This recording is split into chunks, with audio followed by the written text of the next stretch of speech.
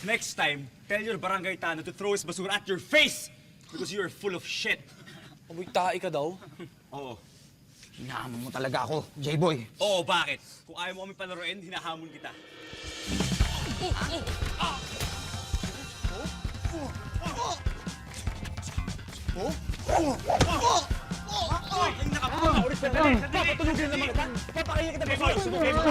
Tama na. Dito nga.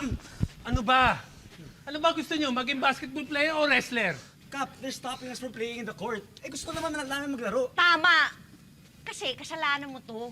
Kung hindi mo pinasara ang basketball court, edi sana walang gulo. Ba't hindi ko ipasasara? Sa katakutan nga itong court na to. Oo, Ba't hindi sa pa amin kayo to! Hoy! nalalaman? Sinagutan mo! Ah! Ito! Deja vu ba to? Sumama kayo sa akin. Come on! Una tayo. Boys, una tayo. Bumabala dito. Nung teenager pa lang kami ni Pip and Guy, pinag-aaway nila yung court na yan. But the truth is, they built this court for both Katakutan at Kilabutan. This is where we grew up. This is where we made a promise na ipagkakaisa namin yung dalawang barangay. Kaya gusto ko ipa-renovate yung court. But I think, nakalimutan na nila yung promise na yun. So, anyway, para matapos ang gulo, i-settle na lang natin kung sino talaga dapat mas priority sa court na yon.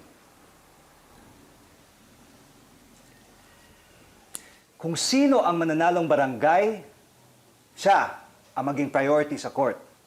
Tapos i-file natin sa City Hall para maka-ordinansa. Okay ba yun? Okay. Okay, but you have to promise me that you will accept kung kahit anong result ng laro. Is that clear? Pero... Gusto nyo ba matapos ang gulo dito sa atin? Okay, good. Now, kayo ang magde-decide kung sino ang maging representative ng dalawang barangay. Astig-tags na yun! Simple. Wala naman akong magagawa eh. May tiwala ako sa inyo kahit mga gunggong kayo.